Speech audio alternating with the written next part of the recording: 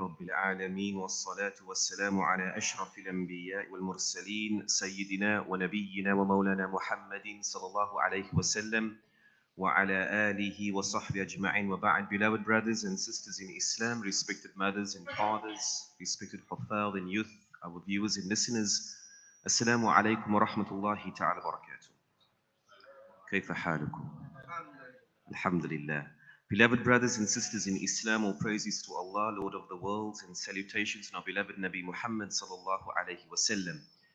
Alhamdulillah, we are in the series on the status of women in Islam, and this evening is part 3 and also the final part of the series, alhamdulillah. In the first part, we looked at the lady's religious standing, her connection, her relationship with Allah subhanahu wa ta'ala. In the second part, we looked at the lady's social standing. How does Islam view a lady in society? And this evening we close the series with a very interesting and fascinating part. We look at what are the specific rights that Allah has given to women. And this is a very important section. I reflect on a few years ago, the law faculty at the university asked me to deliver a lecture on women's rights in Islam, a general lecture to the third year students. And it was a very interesting lecture because there were feminists and ladies' rights activists present who critiqued the lecture. But I want to share what came out of that lecture after they were exposed to what Islam shares. They sent me a letter saying that they find Islam as a religion that provides the most explicit rights for women comparatively. This was a feedback that we received. So I'm sharing a summary, inshallah, of some of the rights that Allah has given women, and it's very beautiful for every single person to be aware of this. One of the main rights that we often explore, my dear brothers and sisters, is the right for women to inherit. And this is a very substantial right, because when Allah subhanahu wa ta'ala revealed that women may inherit, the context was, at that stage, 1400 odd years ago, that women were second-degree citizens. Daughters, if daughters were born, they were killed, buried alive. There were no contracts in place.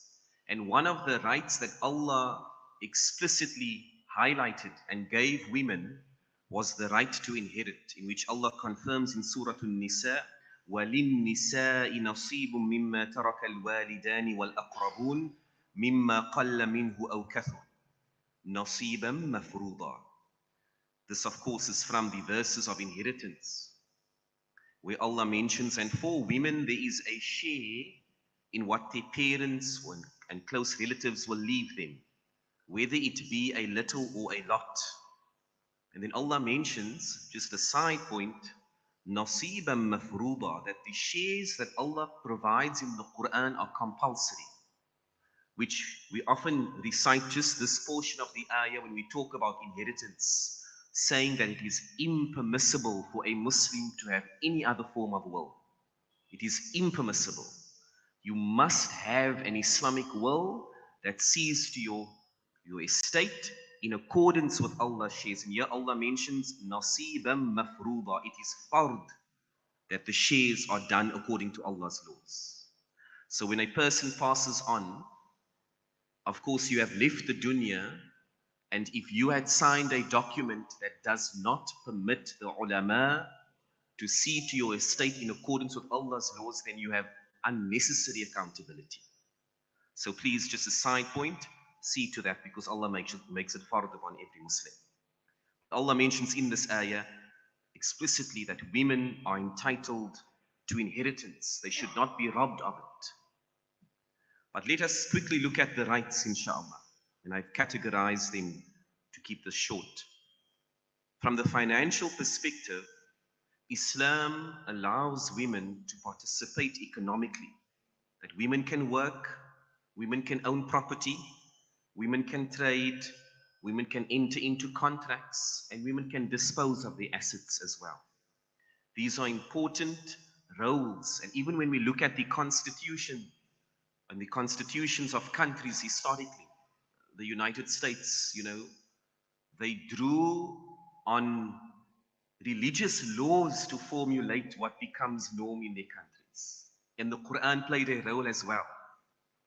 And Allah makes it explicit that women can participate financially. And they inherit according to Allah's laws. And women have a right to be educated.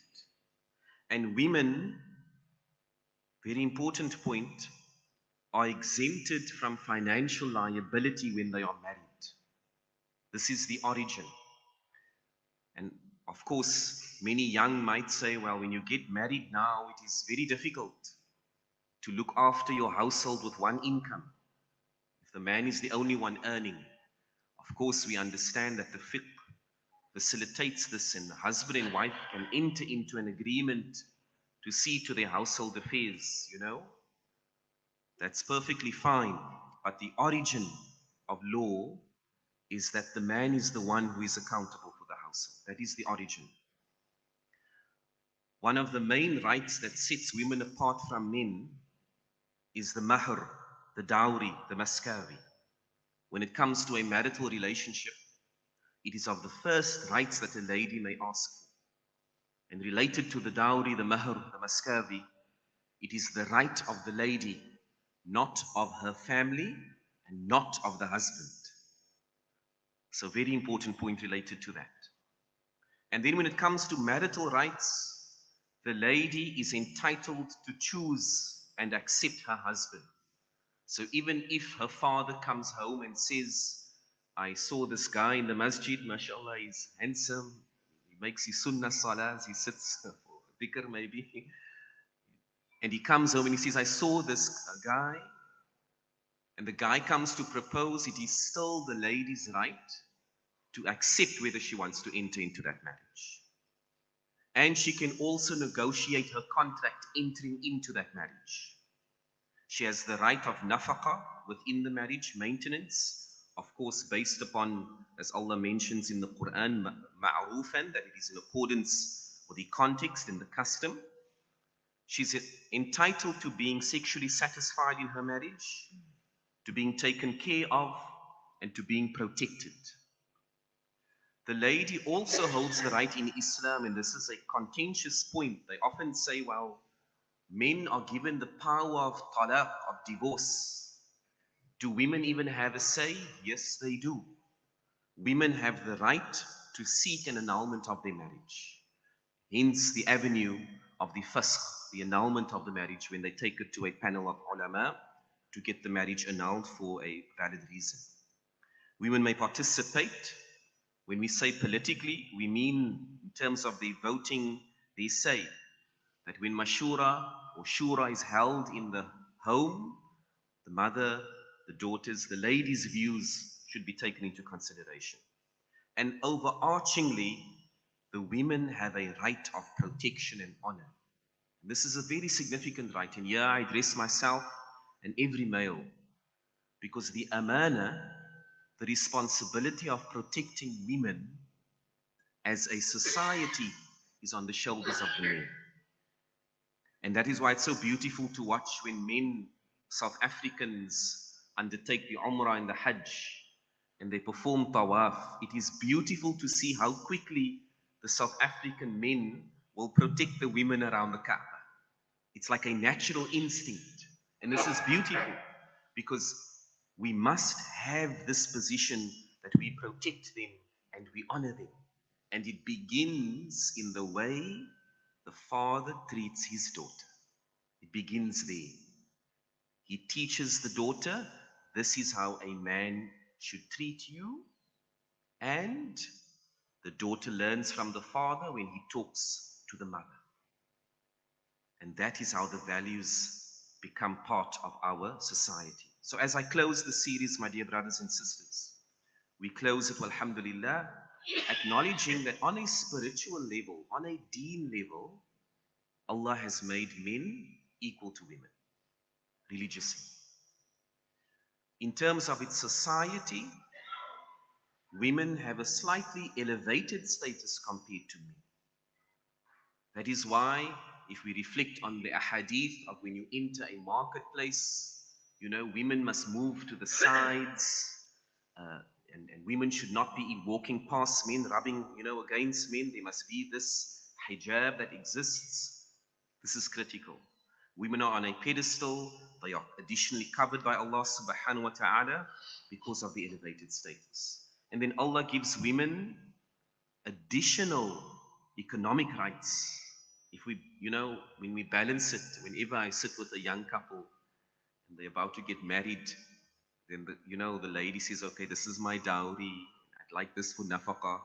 And the guy will say, now when do I get to put in my requests? So I say, you do that on the wedding day, inshallah, after you're married. Then you put in the requests. The ladies get financial rights without a doubt. From mahr to nafaqah.